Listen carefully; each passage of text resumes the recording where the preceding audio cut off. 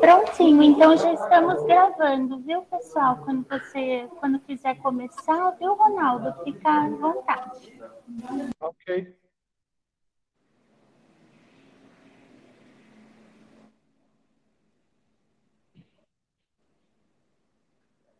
Bom, pessoal, boa tarde a todos. Nós vamos dar início à apresentação do estudo de LM do IPREJUM.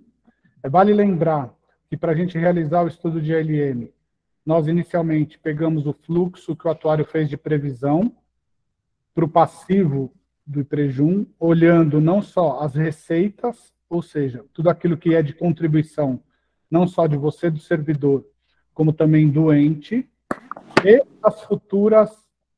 os futuros pagamentos de benefícios, seja de aposentadoria ou de pensão.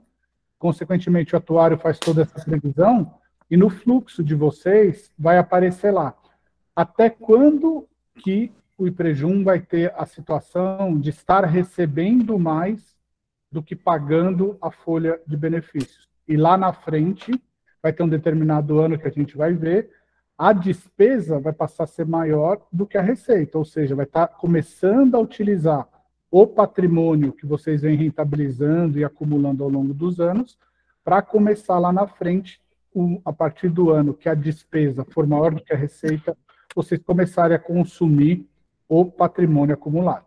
Então, qual que é o grande detalhe? Obviamente que eu não precisaria pensar em fazer LM se eu olhasse e comprasse os títulos públicos e convencer até no prazo onde minha receita ainda é suficiente e maior para pagar todas as minhas despesas. Mas, obviamente, a gente vai ver que é um curto período, é um tempo muito pequeno. E o grande gargalo do regime próprio é sempre o médio e longo prazo, porque é o momento que as pessoas que estão na atividade vão tornar-se elegíveis para se aposentar e, consequentemente, começa a onerar o plano, começa a ter um passivo cada vez maior. Então, eu tenho uma conta a descoberta anos e anos, décadas para frente, quando a despesa passa a ser maior que a receita e, consequentemente, eu vou consumir o patrimônio que eu vou acumulando ao longo dos anos. Então, a primeira saída que o modelo matemático, o estudo de LM dá, é, dado que vocês já vêm comprando o título público, ele vai lapidar, vai dizer, aquilo que você comprou já está bom, falta ainda comprar alguma coisa, já tem lição de casa feita. Tem alguma lição de casa ainda para fazer? Essa é a primeira saída que o modelo matemático vai dar. Ou seja, à luz do seu passivo, é como se desse voz ao passivo, perguntando para ele, você deixa comprar mais título? E se deixar, para qual vencimento? Aonde cabe ainda algum espaço para eu estar comprando e aprimorando ainda mais minha carteira? Vale lembrar que isso tem um contexto por trás também que é mais do que óbvio. A gente está vivendo um contexto aqui no Brasil que está tudo de ponta cabeça, né? Porque hoje você não assumir risco, você investir. E ele veio sendo laureado em 1990 com o Prêmio Nobel por toda essa questão de metodologia de portfólio selection, redução de risco da carteira, diversificar, faz o todo da minha carteira o risco diminuir. É o que a gente vai ver, principalmente nesse contexto de diversificação genuína, quais classes de ativo que, de fato, faz o meu portfólio ser diversificado. Então, vamos lá. Primeiro ponto. Vou pegar toda a parte do ativo, a carteira e posição de fechamento de julho, a de agosto, vocês estão ainda quase que fechando, né? Então, a última que a gente trabalhou oficial, posição de julho. Pega o passivo que o atuário fez de previsão e vamos dar na mão de um modelo matemático para fazer a otimização. Otimizar é buscar uma carteira que vai pagar minha necessidade atuarial. Lembrar que na política de investimento de vocês tem a taxa de juros real, que é exatamente igual a que o atuário utilizou para fazer a avaliação atuarial. Isso é muito legal, porque a política que respalda seu ativo está andando na mesma velocidade, na mesma taxa que o atuário utilizou para fazer a avaliação atuarial. Então, isso é um dos grandes fatores para você buscar o equilíbrio financeiro e atuarial aí do plano. O que tem, como a gente mencionou, no primeiro momento, existem os títulos públicos NTNBs, que remuneram IPCA mais uma taxa fixa. Essa taxa fixa hoje está muito próxima de 6. Se você pegar meses atrás, até maior que 6, ela chegou a ser negociada em momentos um pouco mais de estresse. E, por outro lado, você tem a meta atuarial, como mencionei, de 4,86, de ser a taxa de juro real a ser buscada. Então, se eu tenho hoje no mercado, vamos só para arredondar, se eu tiver um título pagando 5,86, dado que a minha necessidade é 4,86, além de eu comprar esse ativo, bater a meta atuarial, eu vou gerar 1 ponto percentual de gordura para ajudar lá o passivo a diminuir o pagamento daquelas obrigações que eu tenho lá na frente. Eu comprando a NTNB, eu estou fazendo um hedge natural da minha meta atuarial. Porque na hora que eu faço IPCA, que eu vou receber do título, menos IPCA que eu tenho na meta, eu neutralizo a questão da inflação. E é justamente esse ponto que vem assolando o Brasil, que a gente tem uma inflação cada vez mais alta. Foi essa a razão pela qual o Copom, o Comitê de Política Monetária, resolveu fazer a elevação da taxa de juros, para a gente chegar hoje nos 13, assolado não só o Brasil, mas mundialmente, a inflação tem acelerado no mundo todo, em virtude de todas essas consequências da triste pandemia, principalmente da interrupção da cadeia produtiva, né? Eu me reporto, dias atrás, escutei a Mercedes, lá no Parque de São Bernardo, dizendo que vai demitir, se, e tomara Deus que sim, que essa alta de taxa de juros começou a surtir o efeito de conter a inflação. Tivemos julho aí 0,68 negativo de PCA e novamente deflação agora em agosto. Perfeito? Só para recordar, aqui a cara do título público, né? Ele vai sempre remunerar a cada 6 meses, o Tesouro Nacional vai pagar os juros, vai repor a inflação do período, sempre a inflação oficial, e se o título paga 6% ao ano, se eu fizer, através da calculadora, utilizando o fator certinho, a taxa semestral equivalente, para cada semestre eu vou receber 2,95 de juros de cupom que o Tesouro vai estar me pagando a cada semestre. Então, eu sabendo cada data de recebimento dos juros, do cupom, o interessante é que você recebeu os juros, o Tesouro depositou na sua conta corrente, você pega esse dinheiro e reinveste, recompra o título que fez o pagamento desses juros. Porque a partir do momento que você vai recomprando, você vai reaplicando no título, você vai mantendo a TIR, a taxa interna de retorno, no ato da aquisição que você adquiriu a taxa. Então, é uma estratégia muito inteligente. Todo o cupom de juros que você receber, você reinvestir naquele título que te pagou. Tá? Obviamente, você pode dar outro destino para esse cupom recebido, para esses juros recebidos? Você pode. Você pode falar, não, vou aproveitar esse mês, pegar esse dinheiro dos juros e vou ajudar a pagar a folha, mas não é o ideal. Obviamente, o dinheiro dos juros é livre disposição, está livre para você poder utilizar, mas o ideal é que você reinvista naquele título que te pagou os juros. Uma particularidade, né? Quando a taxa está sendo negociada abaixo do 6, porque o 6 é o que está lá na definição da NTNB, esse título está sendo negociado com ágio. Tem muita gente querendo comprar. Tem muita gente querendo comprar, ele está mais caro. E, consequentemente, você, na hora de adquirir, você adquire uma quantidade menor de títulos. Do outro lado, se você está acima do 6, você está sendo esse título negociado com deságio. Ele está mais barato.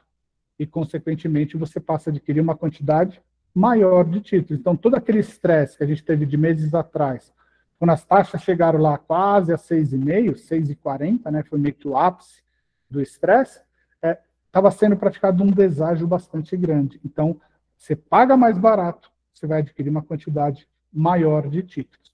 O que a gente está vendo hoje no dia a dia, dados de sexta-feira, de ontem, está muito próximo de todas as taxas praticamente estarem pagando R$6, que é exatamente a definição, né, do título, e seria dizer que o título está ao par, é a taxa de definição, a taxa normal. Se você está comprando o título a 6, você não está pagando nem ágio nem deságio, mas o preço justo da emissão. Ok? Como que tudo isso é analisado?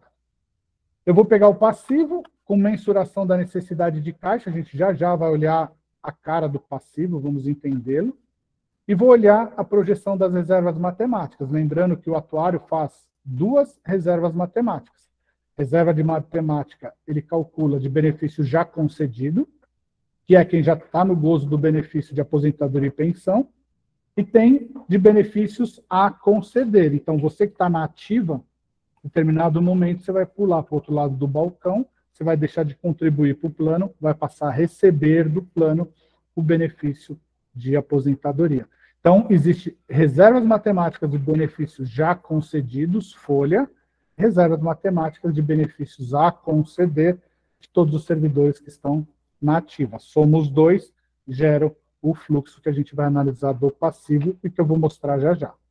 Na parte do ativo, eu tenho 3 preocupações fundamentais. Primeiro, preciso controlar a liquidez. Eu sempre tenho que ter dinheiro disponível, óbvio, para estar honrando o pagamento dos benefícios e pensão à folha do prejando.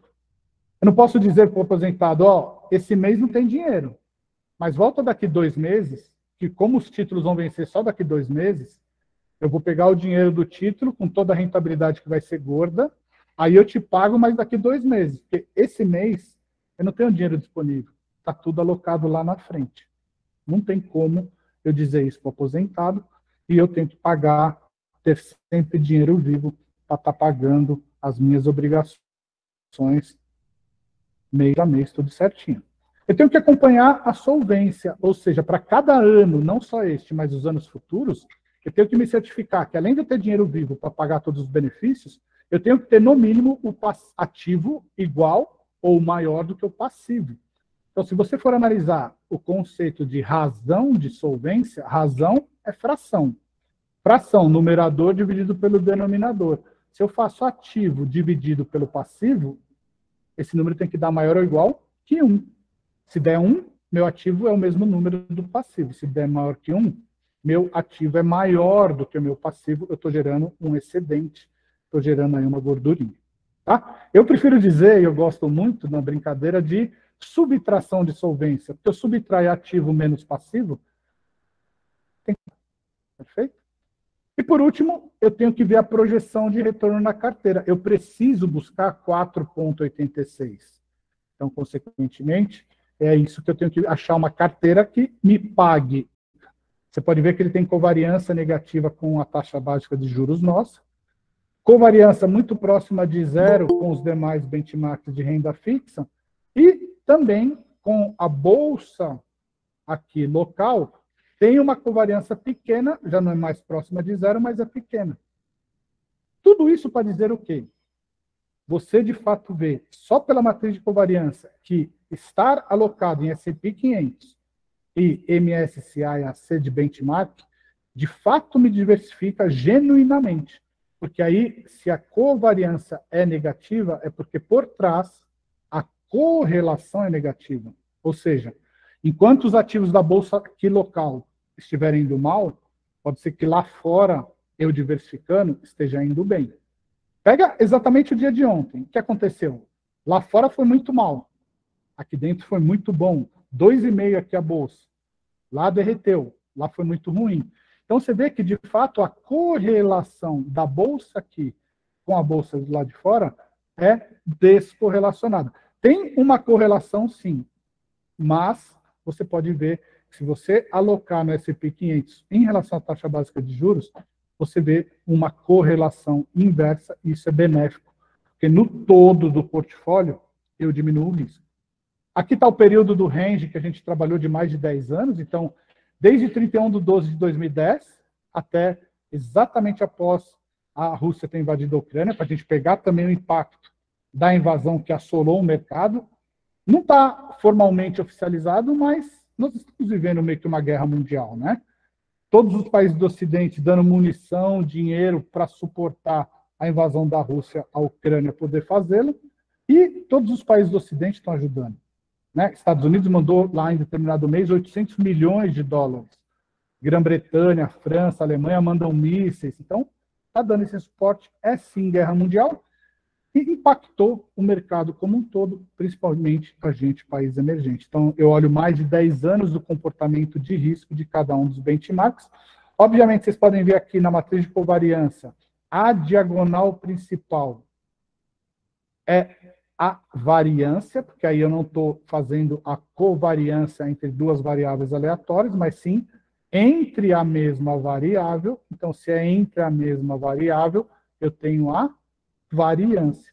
Se é variância, eu tiro a raiz quadrada, é desvio padrão, é volatilidade. Eu chego na volatilidade de cada um dos parâmetros, que é justamente o objetivo de a gente buscar mais de 10 anos para entender quanto que oscila, quanto que teve aí de amplitude de risco cada um desses parâmetros, tá? Vamos ver para o próximo, do questão do retorno. Aqui está a cara do passivo de vocês. O passivo de vocês, como vocês podem notar, vocês têm uma folga da receita ser maior que a despesa pela previsão do atuário até 2025. Então, você tem um fôlego de ter sobra no exercício, no ano, de um valor perto de 20 milhões de reais. Vamos arredondar para 24, como se fosse aqui, ó, 24?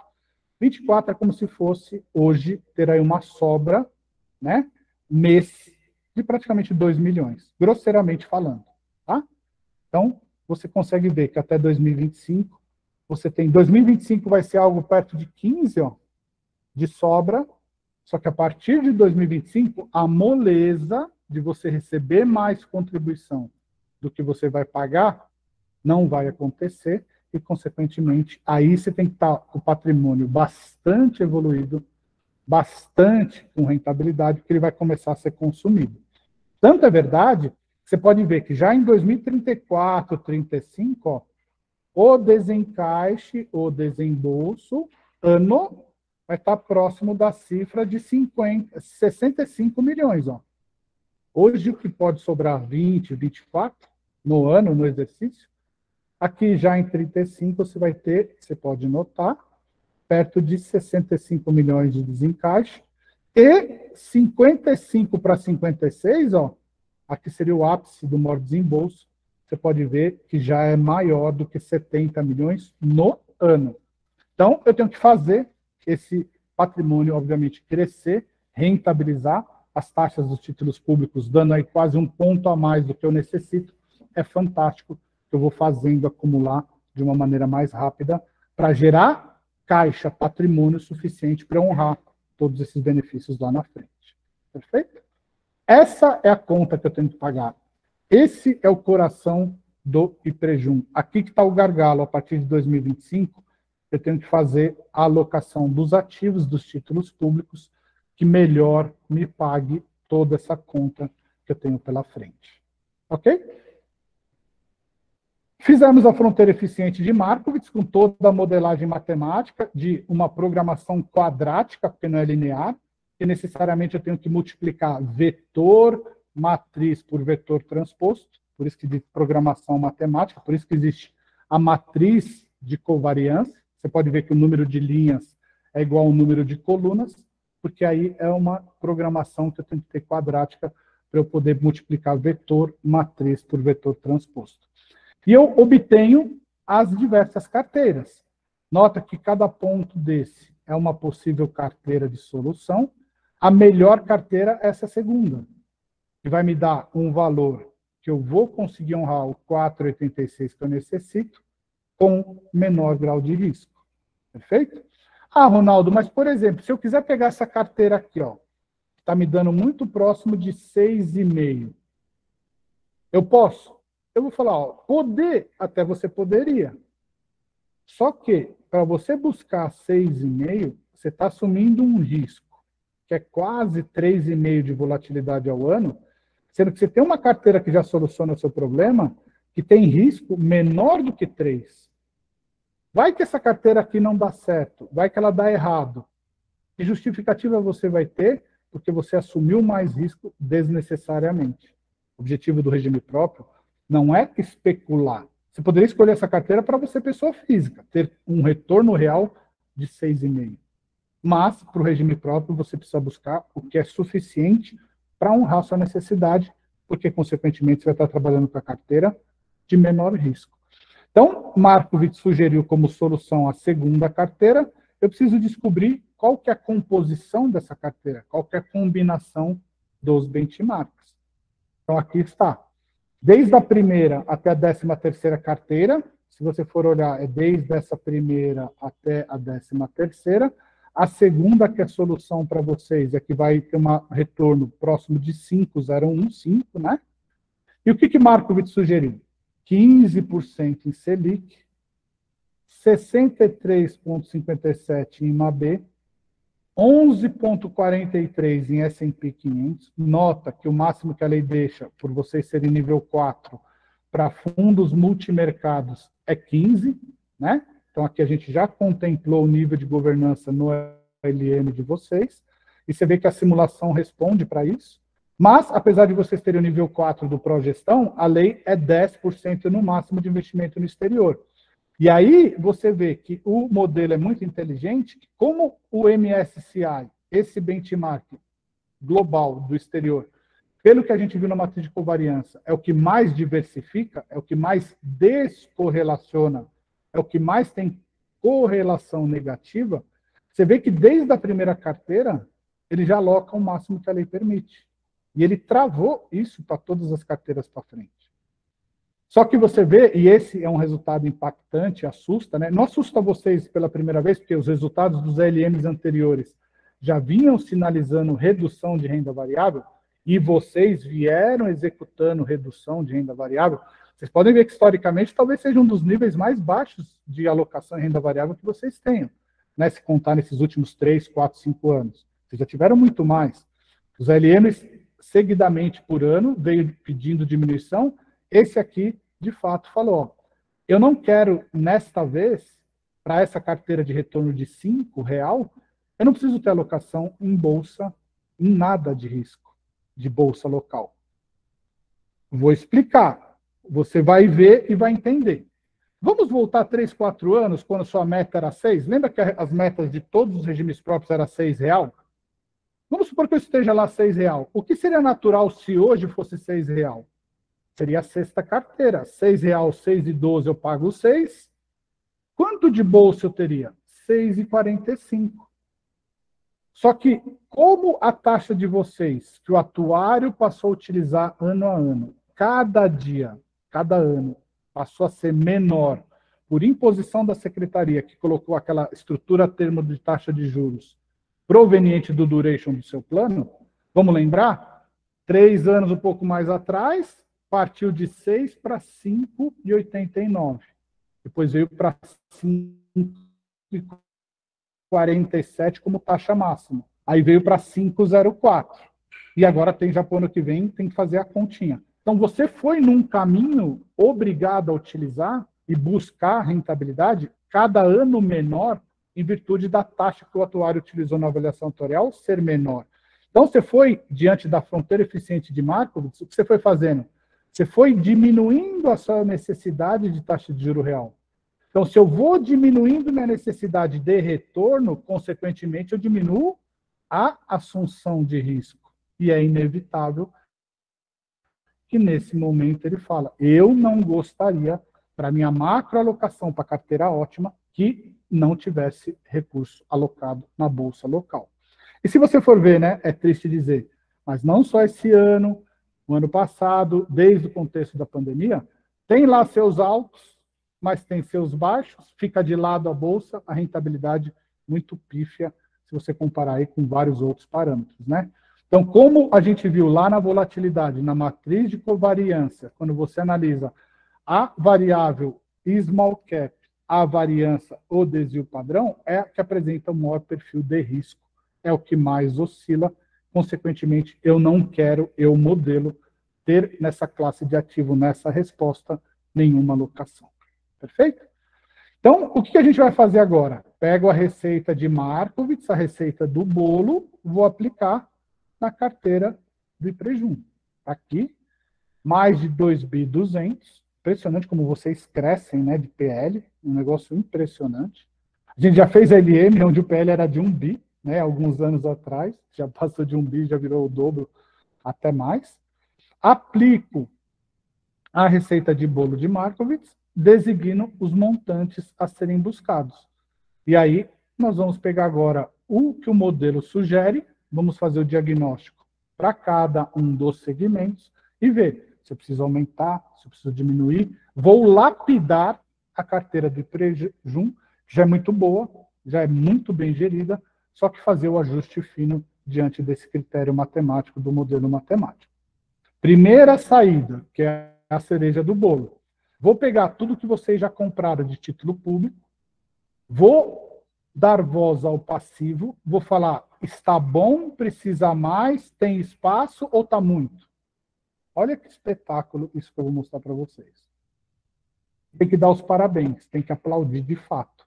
Se você olhar o que vocês já adquiriram, aqui está a posição do IPREJUM, vocês têm comprado 81.419 para vencer em maio de 35. Quanto que o modelo pediu de alocação? 81.526, ou seja, a menos de 107 mil, que é a diferença do modelo alocado sugerido. Se você dividir 107 mil pelo PU, preço unitário deste título, com data posição de sexta-feira agora, seria você comprar 26 títulos, que é equivalente a essa diferença de 107 mil.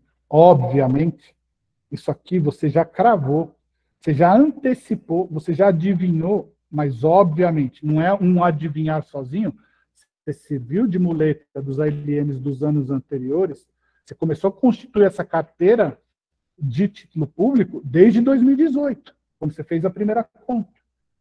Desde que, em 2017, saiu a portaria 577, que pela primeira vez respaldou você, regime próprio, a poder comprar o título público e carregar o teu vencimento, marcar na curva. Então, não é do dia para a noite que você predizeu, que você predisse tudo isso aqui. Você vem fazendo uma lição de casa há alguns anos já. Para 15 de agosto de 40, o modelo pediu 82.800. Inacreditável, menos de 48 mil, 12 títulos apenas, você cravou a alocação que o modelo sugere, você tem.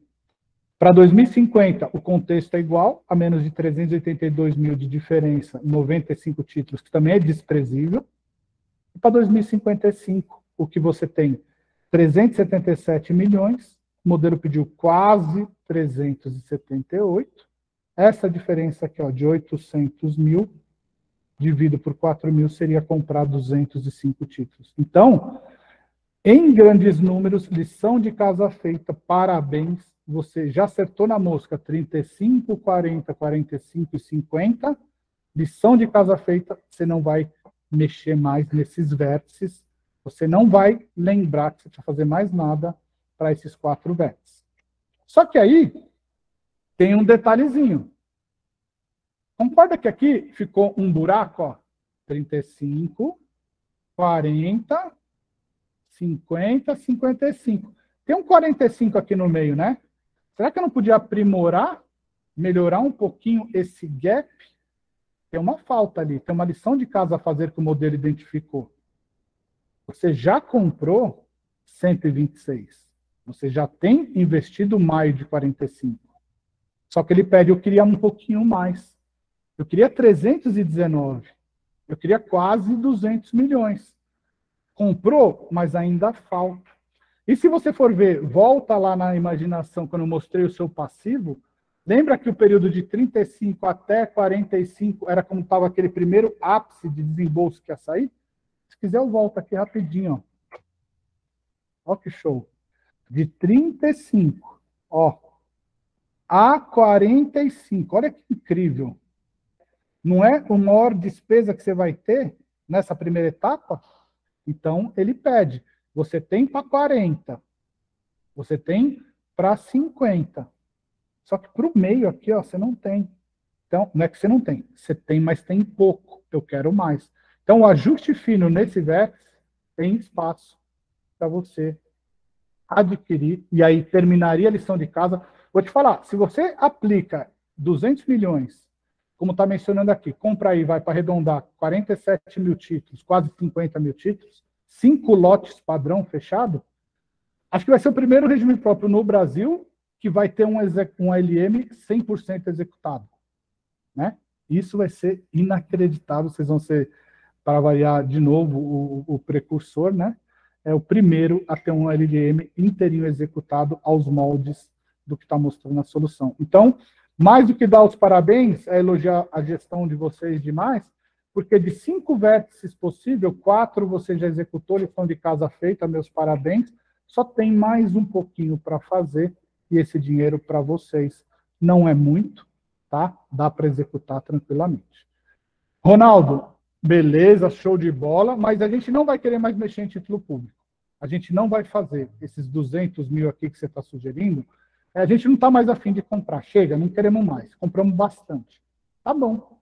Então, vamos dar o diagnóstico, olhando o que você tem na carteira, os fundos, e ver para cada segmento? Então, é uma outra saída. Vamos olhar, pensando que você não vai comprar mais título público, vamos fazer o diagnóstico olhando o que Markowitz sugere para a sua carteira de cada um dos segmentos. Como a gente viu, a receita do bolo de Markowitz sugeriu 63,57 em IMAB. Hoje, agrupando, você tem 58,67. Ok? Consequentemente, ele fala, eu queria quase 5% a mais. 108 milhões, se você aumentar essa exposição em IMAB, vai ser muito bom. Tá? Da mesma maneira, CDI e Selic, você tem 5, você tem praticamente 1/3. Ele pediu 15. Então, ele pede para você alocar 9%, 200 milhões. Se somar 100 daqui com 200 daqui, dá os 312 no total de pensar em aumentar o segmento de renda fixa, seria praticamente 14%. É natural. A gente está num cenário totalmente inverso. Não tem cabimento eu aplicar, pega os seus fundos, pegar fundo que está atrelado a CDI, é o que está mais rendendo no ano disparado, porque se pegar IMAB, se pegar IMAB5, se pegar qualquer outro, tem mês que ganha muito, só que no outro mês desvaloriza, e na hora que você faz o net, não vai superar um fundo dezão, sem risco quase, menor risco, que está te pagando mais taxa. É como se estivesse nesse momento rasgando os livros de finanças, porque eu consigo mais rentabilidade, um retorno maior, aplicando no menor risco, num fundo DI, em virtude de uma taxa de quase 14%, com chance, dependendo ainda amanhã do que sair de decisão do Copom, pode ser que ainda continue o ciclo, vai ser um divisor de águas essa decisão do Copom de amanhã. Então, o diagnóstico da renda fixa fizemos. O modelo sugeriu, você sai o diagnóstico, sai o laudo do seu segmento de renda fixa. Aumentar a alocação no artigo 7.1A ou B, B são os fundos, em fundos atrelados ao IMAB, 5%, 108 milhões. Aumentar a CDI e Selic, vou ficar com dinheiro mais tranquilo, rendendo bem, no total 312 milhões, pensar em aumentar 15% a renda fixa. Vou para a renda variável, que é o crítico agora. Ele não sugeriu nada.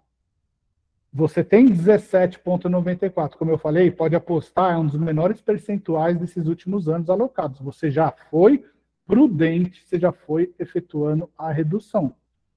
Só que, obviamente, tem muitos fundos que, dependendo da data que você entrou, você apura, se você fosse sair, uma rentabilidade negativa. Então, obviamente, você não pode realizar prejuízo. Então, por mais que o modelo, nesta macroalocação do todo, está te sugerindo que ele não gostaria de ter, você vai ter que partir para o micro, para alocação tática, e não mexer nessa carteira de renda variável tão cedo.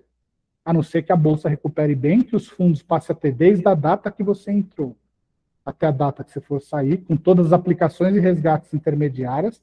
Tem muito aquele critério de primeiro que entra, primeiro que sai, tem a ver com aquela instrução IPC 14 de não realizar prejuízo, né? Você tão cedo não mexe nessa carteira, a não ser que os fundos consigam sair, pelo menos com o valor igual que você entrou, ou um pouquinho mais, tá? Então, esse é o diagnóstico, é o maior impactante, mas era de se esperar, até porque, de novo, não quero fazer LM. Se eu tenho todo o título NTNB que me paga mais do que 6, e eu tenho a necessidade de um pouco menos que 5, qualquer título que eu comprar, eu vou ter com uma taxa maior, eu já compraria, poderia comprar minha carteira toda de NTNB. Mas óbvio que não, preciso ter liquidez, tem outras variáveis, meu passivo responde, então essa é a razão pela qual o modelo diagnostica e está fazendo esse critério para cada segmento. Ok? Então, mesma coisa, o que o modelo pediu, o que você tem em renda variável, o diagnóstico diminuir.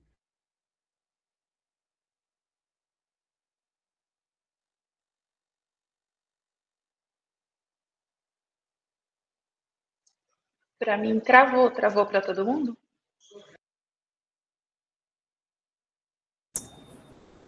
Travado aqui também. Para mim também travou. Para mim também travou, viu?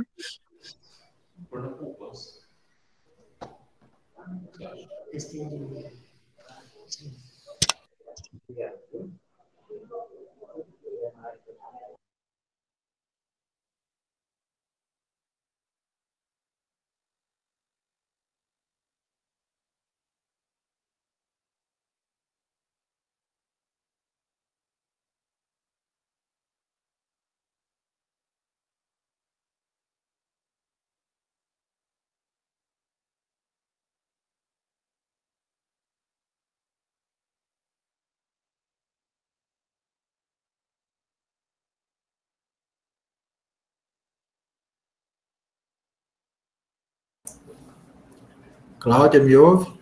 Ouço sim, Márcio. Acho que o Marcelo caiu, né? Não, O Ronaldo. o Ronaldo caiu, mas eu vi que ele já se desconectou, acho que ele logo está voltando. Tá bom. A internet aqui tá ruim também, que pelo amor de Deus. Né? Deu uma picotada, né? E daí já caiu tudo. Vamos aguardar. Então, você tem que ter a parcimônia, esperar um pouco, pelo contexto de ver se dá para diminuir a exposição, desde que você saia do fundo com um valor pelo menos igual ao que você investiu, ou um pouquinho maior, para não realizar prejuízo, mas o fato é que o diagnóstico, o modelo não pede alocação nessa classe de ativo, você tem 18, tudo bem, que é historicamente um número menor, mas se você for ver, é bastante dinheiro alocado, né, do patrimônio como um todo, ele pede para você ir diminuindo. Então tem que ser paulatino, com muita precisão, para ver se tem espaço para fazer essa redução. Ok? Aí eu parti para o segmento do exterior, fiz lá as ressalvas da guerra, que esse ano está sendo muito impactado, mas foi o ano passado que rendeu baita dinheiro para vocês, ajudou, e diversifica sim, e falei que o modelo, logo de início, ele já alocou os 10% desde a primeira carteira, porque no contexto de modelagem, de diminuição de risco e busca de retorno, a melhor classe de ativo, é que ela mais diversifica e com o modelo de primeiro momento já alocou o máximo que a lei pede. Vocês têm 6%, tem espaço para mais 4%, seria 87 milhões. Tá? É momento? Isso é uma bela pergunta para uma resposta que não é difícil. Que é difícil. Por quê? Se você analisar, tem dois cenários possíveis. Lá fora ainda vai piorar mais, então eu não aumento a exposição agora, espero cair ainda mais lá fora, e lá fora que eu digo é não só Bolsa Americana, como global, Europa e assim por diante, ou já está chegando quase que na desvalorização, e se você for ver os dados da Bolsa Americana, está quase lá, né, no vale, lá embaixo mesmo, caiu bastante, seria momento de eu pensar, não, eu vou aumentar a posição, por quê? Porque na hora que voltar, vai voltar todo o vapor, e eu pegaria meio que aumentando posição na mínima, comprando barato, não só exterior, não só cota de fundo global, como também cota de fundo de ações BDR nível 1. Tá? Isso é uma discussão muito interessante para vocês do comitê fazerem e ver, porque tem espaço, 4% no momento, seria muito propício se a gente acreditar que está quase passando o pior, e aí, obviamente, teria só aí o upside de buscar rentabilidade. Né? Mesma coisa para o segmento de investimentos estruturados. Vocês podem ir até 15, né? No total, aqui, hoje, você tem 10,65, e eu fiquei muito impressionado com essa marca. Por quê? Porque você vê que o modelo sugeriu 11,43. Então, aqui, a menos de 0,78, que seria de erro, né? Praticamente você já acertou a alocação do segmento de investimento estruturado diante do que o modelo sugere. Isso é sensacional. Mostra a excelente gestão que vocês fazem, meio que até o asset allocation, quanto alocar em cada classe de ativo, praticamente você cravou ao que o modelo pediu, a menos de 0,78, menos de 1%. Seria aí a margem de erro, aproveitar aí as eleições, as pesquisas, a margem de erro menor que 1%, quando você alocou todo o seu dinheiro aí nos segmentos estruturados. Tá? Então, o diagnóstico tem um espaço pequeno, muito pouco, né? Esse dinheiro para vocês é quase desprezível, 17 milhões. Você pode fazer, obviamente, se você quiser cravar, mas é um número que, da maneira que está, já está no montante praticamente do que o modelo sugeriu. Então, o diagnóstico, o modelo pediu 11, vocês têm 10,65, é um pouco mais de aumentar 1%, 17 milhões. Por fim, investimento imobiliário.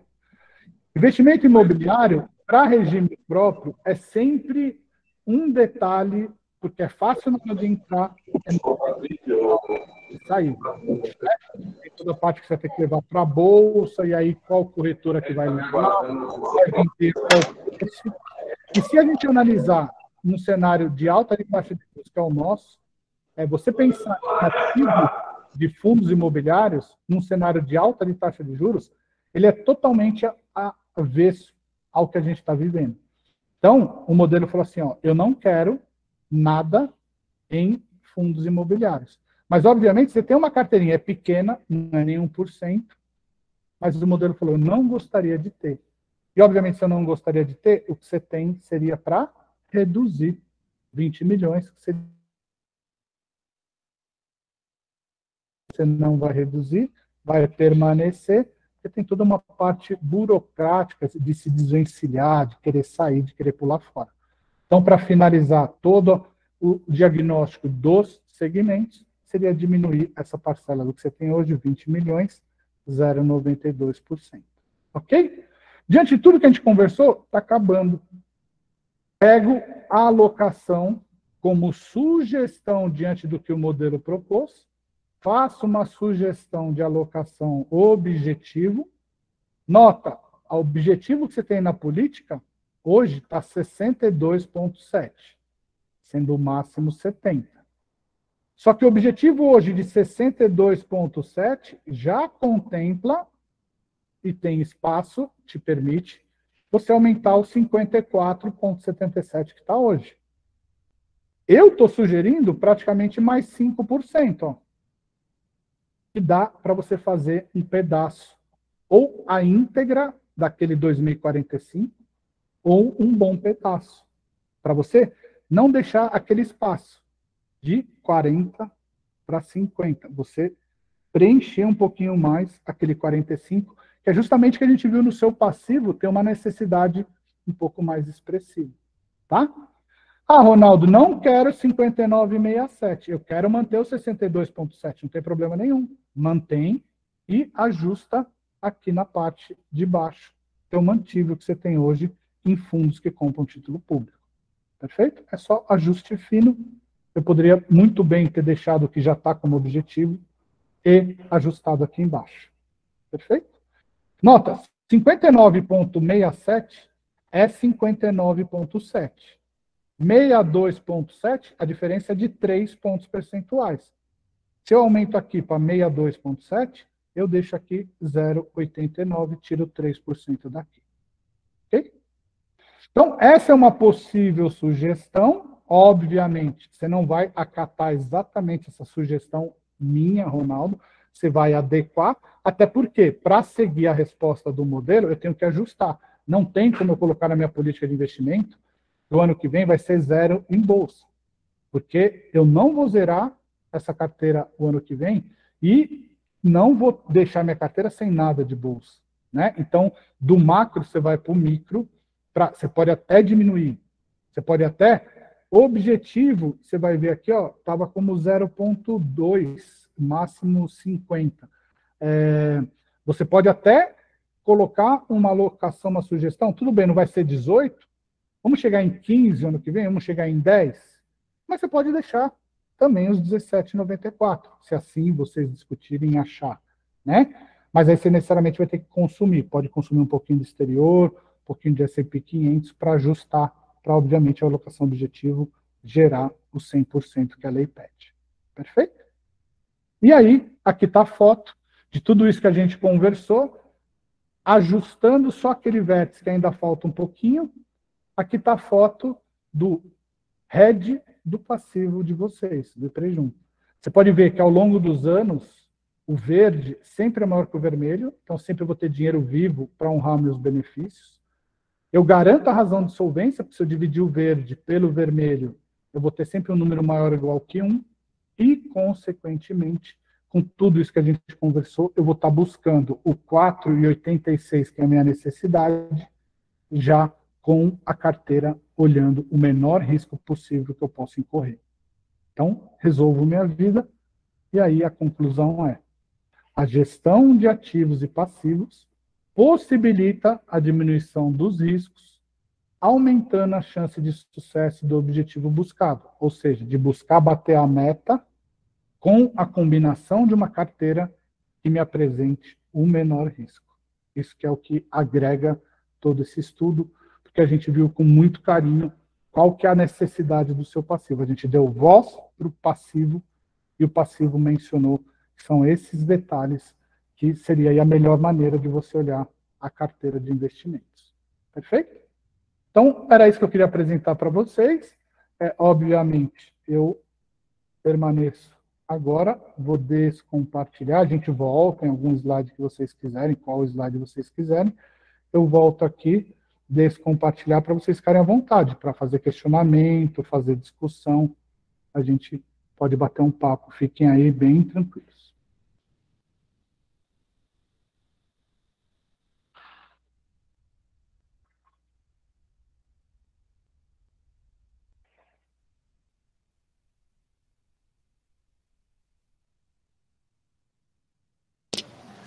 Ronaldão, eu, João. Fala, João, tudo bem? Tudo, prazer revê-lo. Obrigado. Prazer, tá bem aí. Obrigado da apresentação. Assim, no ativo DI, tá? Eu poderia estar pensando em ter alguns ativos longos, tipo com vencimento mais longo do que... Ou você acha que nós vamos ter liquidez total nessa família? Vamos supor. Nossa, o que alguns corretivistas já começaram a fazer, e isso é inteligente, até porque é dinheiro vivo e você troca a hora que você quiser, você pode comprar LFT para o prazo já para médio e longo. Por quê? Porque, nota, pelo que a gente falou e pela projeção do relatório Focus, se para esse ano eu vou ter uma taxa de juro real de mais de 7, é inacreditável que um DI dá mais de 7.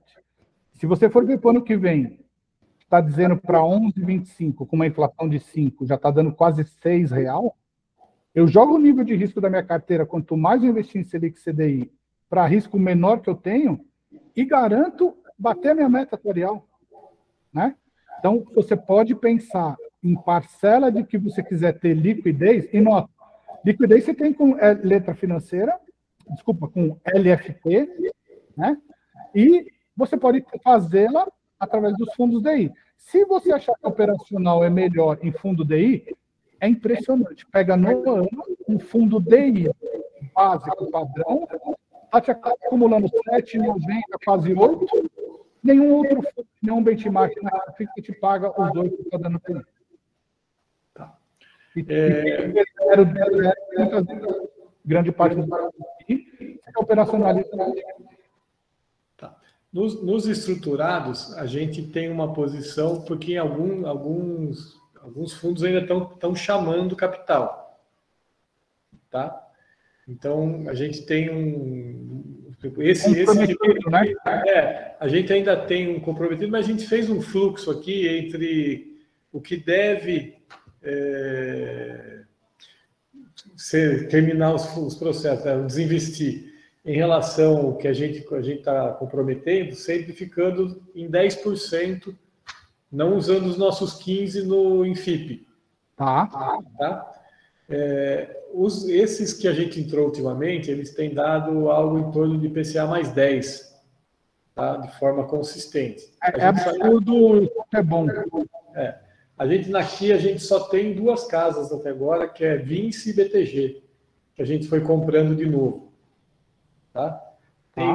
A gente foi ontem para São Paulo, o da Vinci provavelmente vai devolver o dinheiro, né, dentro da fase de investimento. É impressionante. Então, assim, até que margem de desvio você acha que é adequado do ponto de vista do ALM? Porque eu poderia, por exemplo, diminuir meu S&P. Sim. Certo? Então, tipo, posso jogar com o S&P por causa da liquidez dele para fazer um movimento de, eventualmente, calibrar os 15 lá que tem.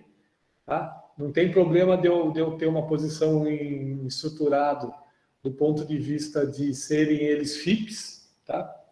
Tá ok para você, assim, dentro do estudo? Não, tá super perfeito, porque, nota, essa é uma particularidade, resposta sim, super confortável, tanto é que o modelo até mostrou que você poderia ainda esticar um pouquinho mais do que você tem, né?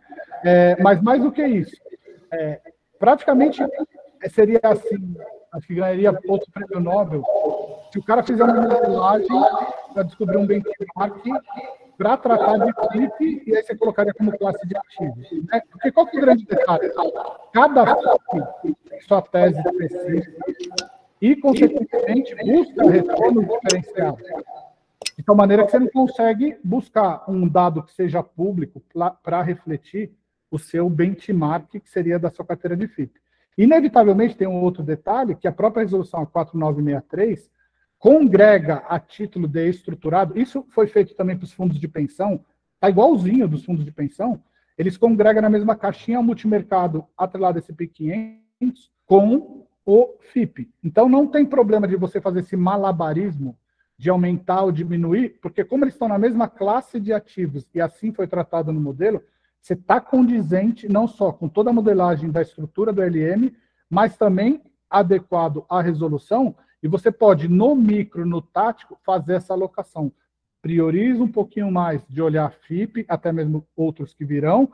Posso diminuir SP 500? Pode, até porque tem uma charada aí. Você tem hoje ETF de S&P 500, que entra lá como sendo artigo 8º 2, porque o 8º 1 são os fundos de ações. Então, se você olhar ETF de S&P 500, lá o SPXI 11, você consegue buscar o S&P 500 e não necessariamente precisa consumir espaço do artigo 10, lá 10.1 de multimercado atrelado do S&P 500. Então, se você quiser penalizar o S&P 500 do multimercado para aumentar a FIP, perfeito, você pode contrapor, até mesmo se você quiser, no 8.2, compra lá ETF de S&P, se você quiser manter posição em S&P 500. Tá. A outra questão é a questão que você até tocou na saída com prejuízo, que a gente não pode fazer, até porque a IPC 14 veio penalizando, né?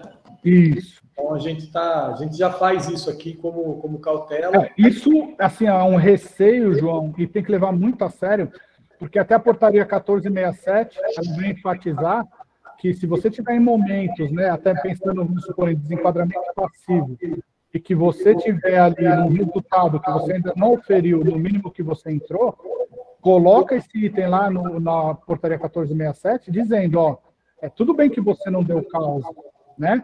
Mas você não pode ter que se enquadrar diante de um contexto que você vai realizar prejuízo, porque primeiro, hierarquicamente falando, preservar capital, não realiza, e depois você vai ver as outras consequências. Então tem esse conceito um pouco mais firme, reafirmado nessa portaria 1467 que saiu no comecinho de junho. Então é exatamente isso. Tenha cuidado, não mexe, porque isso é prato cheio para o Tribunal de Contas vir com todo apetite, né? A gente não tem nenhum problema de desenquadramento para ter que justificar, mas tem essa questão de não carregar um resgate com uma situação negativa que a gente não vai fazer. Isso é uma decisão que o Comitê de Investimento já tomou. Show. E a gente está levando.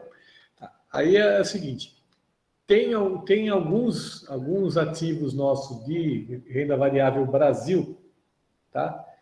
que a gente está vendo que esse ano, por exemplo, a gente entrou no fundo, ele está positivo, e esse ano está dando 20.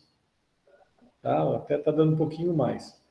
Em compensação, encher a casinha do exterior lá, a gente já parou de colocar dinheiro no começo do ano, porque a gente achou que ia baixar tanto e a gente evitou prejuízo a não preencher a E casinha. fantástico que você não preencheu, pode pensar em começar a preencher num patamar muito, muito mais baixo, né? Então, assim, a ideia talvez seja, por essa questão do resgate, ter que demorar um pouquinho, também tomar um cuidado de não jogar fora fundo de ações extremamente competitivos em relação ao exterior. Tá? Então, desobedecer, entre aspas, um pouco a LM para preservar patrimônio e não entrar numa situação ruim, porque nós temos até 31 de dezembro do ano que vem para implantar esse LM, não é isso? Sem dúvida.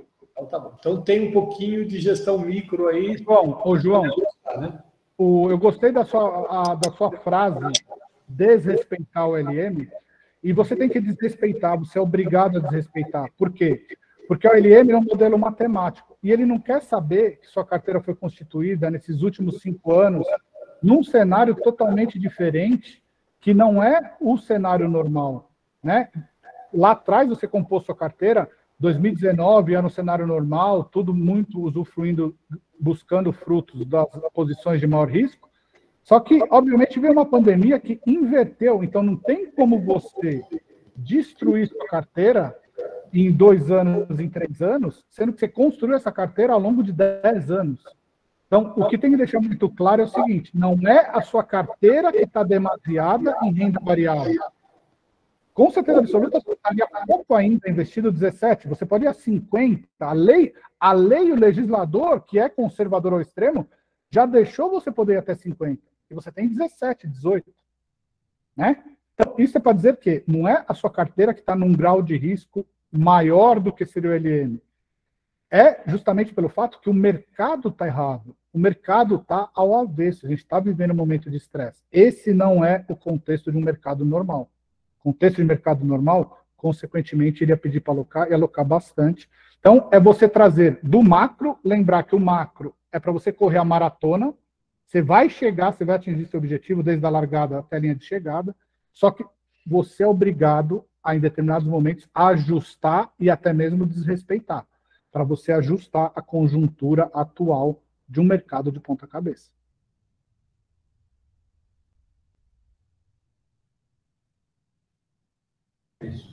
Bom, então assim, o que eu acho que é interessante, por exemplo, para o pessoal do conselho, tudo, a gente até vai fazer um estudo aqui, a gente estava conversando aqui, de fazer um estudo dos últimos ALMs que a gente fez, que foram coincidentemente feitos com você, o ALM, a nossa posição de carteira quando do ALM, tá? O ajuste da nossa carteira para atender o ALM do ano anterior, tá? E aí a gente tem duas situações que eu acho que são interessantes em relação ao desencaixe, que é pequeno, né? Do ponto de vista de um ALM para o outro. Nós temos a situação de mercado, mas nós temos também a nossa reforma. Então, nós temos 2 grandes impactos de uma vez só. Né? Então, se você olhar todo esse cenário, imaginar que a gente não tem que mexer nem 20% da carteira, tá? Eu acho que tem bastante tempo para cuidar disso, eu acho que está bem tranquilo para que a gente possa imaginar aí fazer um negócio com um pouco risco. Né? Sim, ô João, mas eu vou voltar a falar. E aí, de novo, o que eu fiquei impressionado.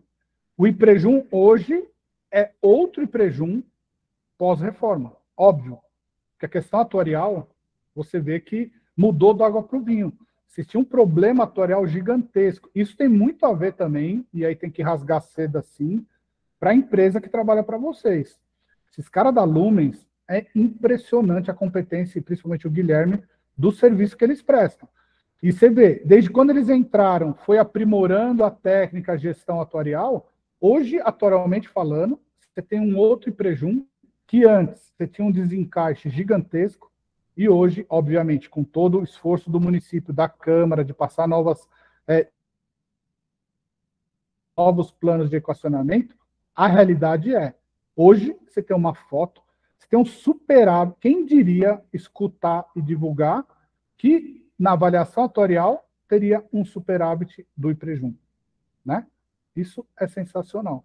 Então, é fruto do esforço conjunto de todos os envolvidos, você comitê, você diretoria, você conselho, porque você faz ter um IPREJUM melhor a cada ano, e isso, consequentemente, se eu bato na porta do prefeito e peço menos dinheiro, eu não peço, porque se eu estou com superávit, eu não vou pedir para aumentar aquilo que já está posto, aquilo que já está vigente como plano de equacionamento, consequentemente, você vai deixar o prefeito direcionar recursos que ele teria que dar suporte a mais para o IPREJUM para outras áreas, e quem vai acabar ganhando é o munícipe de Jundiaí. Isso é fantástico, porque não é você arrumar pura e simplesmente a sua casa IPREJUM.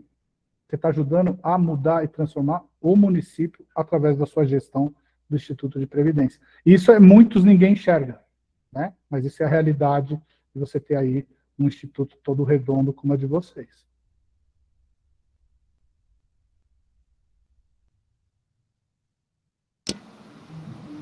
O Cacaldinha cortou até o cabelo para participar hoje, tá? A chique, new look. Obrigada, hein, Ronaldo, João. Congratulations. Obrigada por tudo.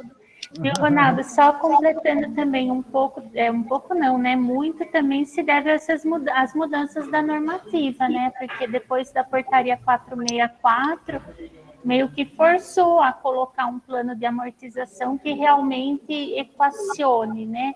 Então, acho que esse era o maior problema. E sempre houve os planos de amortização, mas aquele plano escadinha, né? Que ia ser pago lá na frente. E agora com a portaria, né, obrigando a equacionar os juros anuais e tal, então não teve muita alternativa. Então, e a reforma também. Por mais que não tenha alternativa, não é a realidade da prestação de serviço de inúmeras consultorias atuariais. Entendi. Ainda Então, tem muita coisa por aí que não está seguindo a portaria, né, Ronaldo? Exatamente. Isso é fato, tá? Então, é assim, ó, é uma série de fatores que tudo corrobora para a melhora de prestador de serviço sério, competente, de todos os envolvidos, um município engajado, de ver a questão previdenciária. Então, é tudo que se soma. Você vê que ninguém rema contrário. E você só tem uma busca do resultado cada vez melhor. E é isso que acontece aí. Né? Mas não é, infelizmente, a realidade e o que acontece, e vou te dizer, na grande maioria dos registros próprios pelo Brasil. Principalmente na questão atuarial, que aí o prefeito pede um cálculo, o Instituto pede outro, e aí vai fora, quem sabe como. Estão vendendo segregação de massa para resolver o problema, né? Pelo amor de Deus, é um baita tiro no pé, e aí depois você vai lá na frente pedir para recomprar a vida e, consequentemente, meu Deus do céu, é inacreditável o que a gente está vendo no dia a dia. Vai na UTI para sarar o unha encravada, né? Pelo amor de Deus. Pessoal, alguém tem alguma consideração, alguma pergunta para fazer para o Ronaldo aí? Porque a gente também tem que ter um tempo dele aí que ele tem que trabalhar um pouco, né? Você não trabalha, só fica fazendo apresentação, né? Essa vida mole sua aí.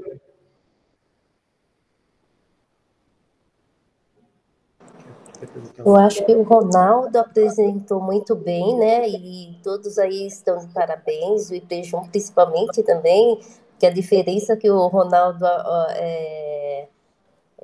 fez essa análise mostrou a competência de vocês, né? Então eu acho que está tranquilo, eu não tenho questão nenhuma.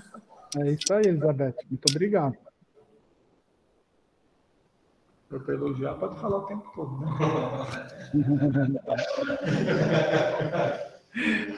Eu brinquei aqui e falei, se for para elogiar, pode falar o tempo todo. Eu escutei. O Cabeção, fala alguma coisa aí. Desculpa, João, não entendi. Ô, Cabeção, fala alguma coisa aí. Não, só agradecer aí a apresentação do Ronaldo. Obrigado. Agradecer o empenho da diretoria do IPREJUM também, né, na pessoa do João. Agradecer o Marcelo, o Claudinho e os demais, né?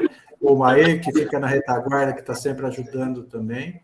E o próprio conselho, né, Ronaldo, quando se elogia a administração como um todo, o conselho também que procurou sempre conversar com a administração e levar os anseios do Instituto também à frente, né? Sem dúvida, você viu que quando eu fiz a ressalva, eu coloquei, né? Todos os envolvidos, diretoria, comitê, outros conselheiros, porque eu vou te falar, ó, que é a importância maior do que o Conselho de Administração Deliberativo ter que aprovar o planejamento da política, o que vai ser, justamente essa alocação objetiva que a gente mostrou, é o coração da parte dos investimentos. E compete a quem?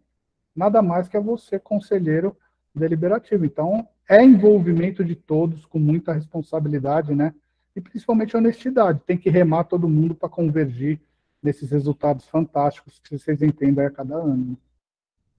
Até relembrando, né, João, Claudinha também passando por momentos muito difíceis aí na aprovação da reforma da Previdência, foram alguns momentos tensos, difíceis e tal, mas conseguimos transpor mais um obstáculo e estamos colocando aí o IPREJUN nos trilhos para que todo mundo possa receber seu benefício lá no futuro, que é o que todo mundo espera, né?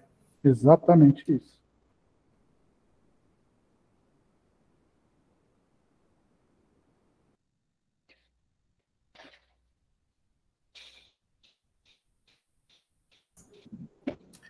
O conselho não precisa aprovar nada, né, Cláudia? Era só o ouvinte mesmo para estar participando da... Sim, hoje era só uma apresentação, daí nós vamos disponibilizar um relatório e no mês que vem, em outubro, deve entrar na pauta política de investimentos que vai ser embasada nesse relatório. Daí sim a política vai passar por deliberação. O relatório era só para apresentação mesmo. Perfeito. Então, se mais algum conselheiro quisesse fazer algum comentário, senão a gente pode dar por encerrada a apresentação. E terminando a apresentação, vou mandar por e-mail o estudo, tá? Pra você Combinado. ter aí certinho. Tá ótimo. Gostou do ISP nosso, Renaldão? Não tem nem o que falar, né?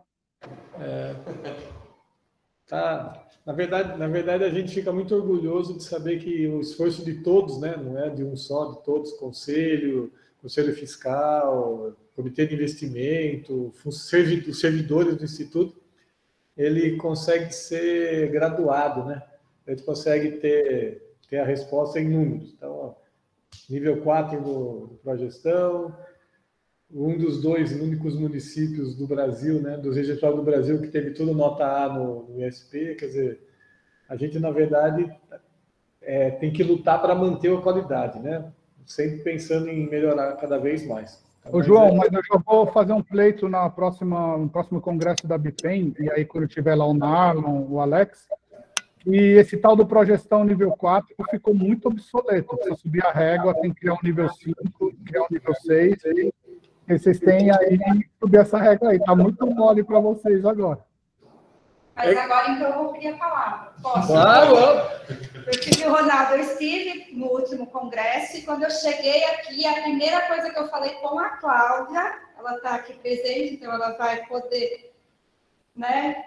Verdade. Foi que eu acho que ela tem que ir lá dar palestra sobre progestão, explicar como ela transparece essas coisas aqui, como ela, né, faz com os servidores aqui, porque ela tem tudo na ponta da língua. E realmente eu senti falta de assistir a palestra lá e também acho que ela é uma que tem que estar lá como palestrante nesse ponto. Então pronto, já está determinado e a BIPEM com orientação do controle interno, a Cláudia vai dar palestra. Sou muito tímida para dar palestra. A BIPEM vai seu problema é viajar, só isso. Vai ter um painel da Cláudia só para falar. Ela vai ter que dar um jeito. Práticas do Progestão. Próximo painel da BIPEM pode pôr, João. É progestão com quem sabe, né? É progestão na prática. Progestão for Dummies, né? Aqueles livros que tem americano, for Dummies, matemática for Dummies, física for Dummies, progestão for Dummies.